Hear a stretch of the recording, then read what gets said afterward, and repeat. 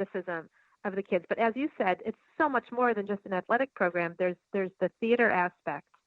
And Absolutely. at one point during the year, they were working with the Sarasota Ballet for the spring show, which unfortunately had to be canceled because of the pandemic.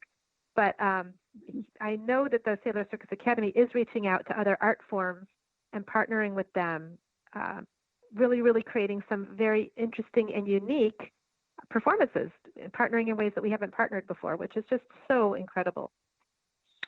Oh yeah, it really is. And it's really so, from a staff member point of view, it's really so rewarding to see these kids grow throughout the years and just to see their confidence soar. You see some kids start in Sailor Circus and they're so shy and withdrawn and they're uncertain of themselves. And then by the time they graduate the program, they're just full of confidence and energy and just ready to take on the world. And I'm really, really proud to be a part of that. Yes, it is. It's so exciting. It really is. And if you've worked there over a few years, it's amazing to witness the transformations that these kids go through. First of all, it's amazing to see the physicality and they're growing up, Absolutely. Absolutely. Yeah. Or a young adult. Yeah, absolutely. So, what is a typical, I don't know if you can answer this question actually, but what do you have to do with the Sailor Circus shows when the shows are going on? How does that affect what you do? So in addition to being the administrative coordinator for the Circus Arts Conservatory, I also work in box office. I'm the lead box office agent. So during shows and leading up to shows, we're very busy processing ticket orders, providing customer service, answering questions that people might have about the show. So showtime is very busy for us. Yeah. Usually our Sailor Circus shows are sellouts. So we're always very busy up until showtime. After showtime, we provide any kind of support that is necessary. We can help and have helped, seat people, and we jump in wherever we need to go. Right. So do you know how to make cotton candy? Yes, I do. In fact, when I was growing up, that was primarily what I did. I worked in concessions. So cotton candy, popcorn, hot dogs, snow cones, all of that. I'm your gal. That's so funny. So also, again, as a side, for those people that don't know, in the arena, there's a full concession stand, and you get all of the regular circus food that you would get if you went to a professional circus show, including the cotton candy, the popcorn, and the snow cones, and a lot of other really fun food as well. So I think that's way fun. I've never actually made cotton candy, but I would like to try someday. I'll teach you. It's fun. It's a little bit harder than it looks, but it's fun. That's what I'm told. And somebody said it will definitely be in your hair. Oh yeah. No, there's no way to avoid that. Especially in Florida, it's so humid. It's so hard to keep, the cotton candy fluffy and nice. So it kind of gets everywhere. Oh, that's just funny. So, regarding everything that's going on in the world today, this pandemic that everybody is living through, has that had any effect on you, your job, your work experience? Well, certainly. We are currently working from home, which is a totally new experience. So we're all, myself included, trying to learn how to make the technology work for us, trying to get used to having, virtual meetings and just sort of working through all the little glitches and things that happen when you're trying to make that go. Also working to, just trying to figure out how to create, how to continue making art and how to continue bringing the circus into people's homes if we can't have live performances. So everyone is really kind of brainstorming on how to keep the public connected to circus. It's definitely a learning curve, but I think we're all doing very well. And I hope that everyone tunes in to see what we have in store. Yes, I hope so too. So regarding ticket sales, obviously we had to, some of the shows were canceled. And from what I understand, a lot of the people that had already bought tickets went ahead and donated those tickets back into the organization to help us continue with our work.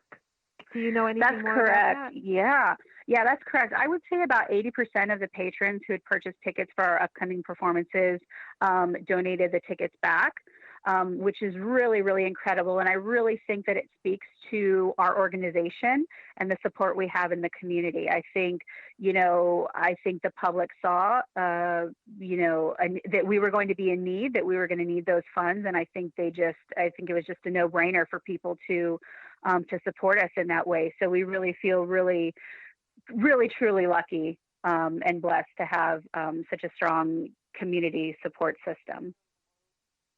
It really does speak so highly of the organization that people would even consider it and then go ahead and not, demand their money back, knowing how badly the organization wants to continue moving ahead with our mission. Absolutely. Really, it's great. Yeah, I agree. So, it's just a wonderful, wonderful thing. So, being everything that's going on, I know that, this interview is going to be on in June. So by now, people will have hopefully seen our One World Circus show, which is going to be a virtual international live circus that we are producing the end of May. So hopefully people have seen that and enjoyed it, and will look for other additional circus events that we put on. But in the meantime, I know that Cirque du Soleil is closed down, and every major show all over the world is basically closed down. Do you have anything you want to add about how you see circuses reacting and responding, and just performers in general, not even just whole entire circuses? Is there anything you want to add about that? Well, we're really in a difficult time, a difficult situation. It's very difficult for performers because they're going to be basically unemployed for the better part of the year. And circus is usually an independent contractor type situation. So performers are not always eligible for unemployment or any of those things. So it's really going to be difficult. But if I have learned anything in all my years in the circus, it's that the circus art form and circus people are incredibly resilient, and they will always persevere. And just as an example, what we're doing here at the Circus Arts Conservatory with our CAC Connects and One World Virtual Circus, we're always innovating. We're always going to find ways to bring circus into people's lives. And that's really, I think we will persevere. It'll be difficult, but I think we'll come through this stronger, better.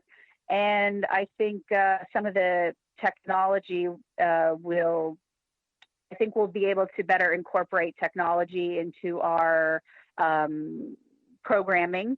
And I think that there'll be something that we'll stick with. Yeah, and historically, circus has survived. And not only has it survived, it's still continued to bring delight to audiences everywhere, throughout history, being that the circus is one of the oldest forms of entertainment there is. Mm-hmm. So Mm-hmm. if you look at that, I mean, it's an interesting discussion, in my opinion, because circus has persevered and is so resilient. I just think about that. You look at the old movies of how excited people were when the circus came to town, and that really did reflect true life. So, yeah, I'm hoping the same as you, that we just continue to evolve and are able to take circus up to the next level, basically. Definitely will. And it's an old saying, but it's very much true. The show must go on, and it will go on in some way or another. I totally agree. Yeah. Well, I think we're just about out of time. Is there anything else you wanted to add? No, I just want to thank all of the community for their continued support, and we hope to see you at our next performances, whether it be online or in person. Yes, I totally 100% agree with you. So thank you so much. It's been great talking to you, and I just have to say, May all your days be circus days. Thank you. Thanks a lot, Kelly. Thanks, Beth. Okay, Bye-bye.